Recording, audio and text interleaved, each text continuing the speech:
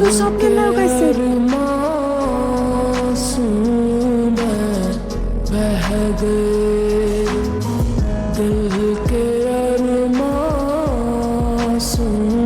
আসসালামু আলাইকুম। ওয়ালাইকুম আসসালাম। জীবন সুন্দর, আমি জানি তো। জানেনই যখন জীবনটা সুন্দর, কেন আমার হুন্ডার সামনে এই জীবনটা শেষ করতে আসছেন? আস্তাগফিরুল্লাহ, আমি জীবন শেষ করতে যাবো কেন? আমি তো এসে জীবন সাজাইতে। তা আমার তো পছন্দের মানুষ আসছি। আপাতত এটা জমা রাখেন, বাকি টাকা দিলে আমার সুন্দর দেখে একজনের নতুন বানাইকে। আমি আপনাকে এর আগেও ঠিক মতো বুঝাই বলছি না? হ্যাঁ, আপনি আমাকে আনস্মার্টলি প্রপোজ করছেন, আমি আপনাকে স্মার্টলি না করে নাই। মাথায় ঢুকে না? মাথায় তো ঢুকে, কিন্তু তোমাকে দেখার পর মাথা থেকে বের হয়ে যায়। ঢুকে কিন্তু বের হয়ে যায়। আসসালামু আলাইকুম। ওয়ালাইকুম আসসালাম। আপনার জীবনের লক্ষ্যটা কি? যেই রাস্তা দিয়ে যাই সেই রাস্তাটাই আপনি আটকায় দেন। কি পড়া শেষ করে কি ট্রাফিক পুলিশ হবেন? ট্রাফিক পুলিশ না, মনের মানুষের ট্রাফিক বন্ধ হয়ে সংসার সাজানোর ইচ্ছা আছে।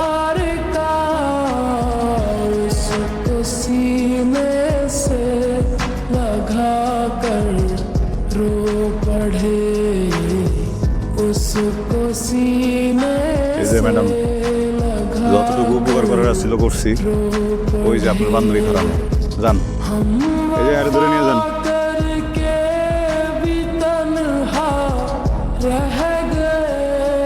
আপনি তো সুস্থ,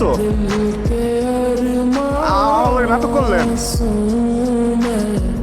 বিশ্বাসটা যে করছিলাম ওটাও অমর্যাদা করলেন। শোনেন, ভালোবাসার যুদ্ধে সব জায়েজ। ভালোবাসার মানুষের সাথে একটু মিথ্যে কথা বলে কিছু হয় না, আমি সিনেমাতে দেখি।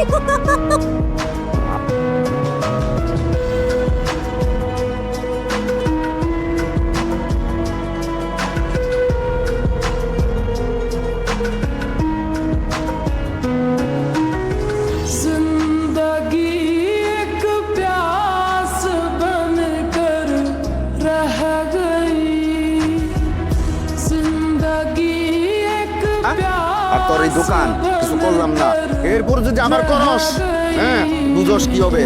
একদম এই এলাকা চলা করম।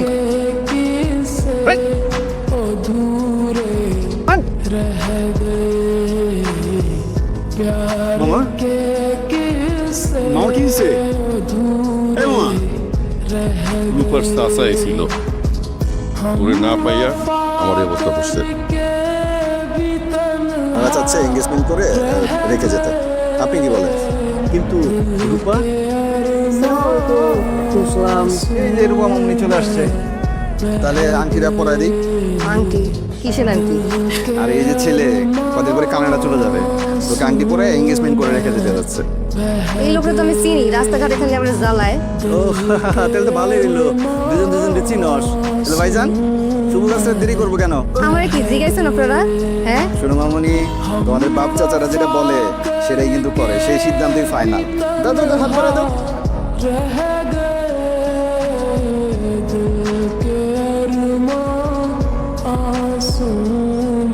রূপা, আমার আম্মার অনেক অসুখ, তার মধ্যে থাকি মামার সংসারে। 2 দিন পর পর ডায়ালিসিস করাইতে হয়, ঔষধ কিনতে হয়, এমনি অনেক চাপ। এর মধ্যে তোমার চাপটা আমি নিতে পারবো না। কি বলতেছো তুমি এগুলা? আমি বলতেছি যে তোমার আব্বা তোমার অনেক ভালোবাসে রূপা, তোমার খারাপ চায় না। যেমনি করে তোমার কয়ে এই কথাগুলো শুনতে মাইনা নাও সব কিছু। তুমি সব ভুলে গেছো? এই কি হয়েছে তোমার? হ্যাঁ, বাংলা বোঝো না তুমি? কইরা ফেলো বিয়া। এই পৃথিবীতে আমার মার থেকে বড় আমার জন্য আর কেউ নাই। কোথায় গেছে বুঝছো?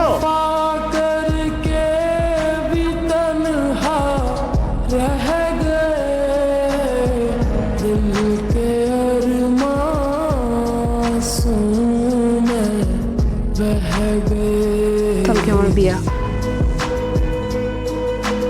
তার এলে তার আগেই ফেলাতে হইব।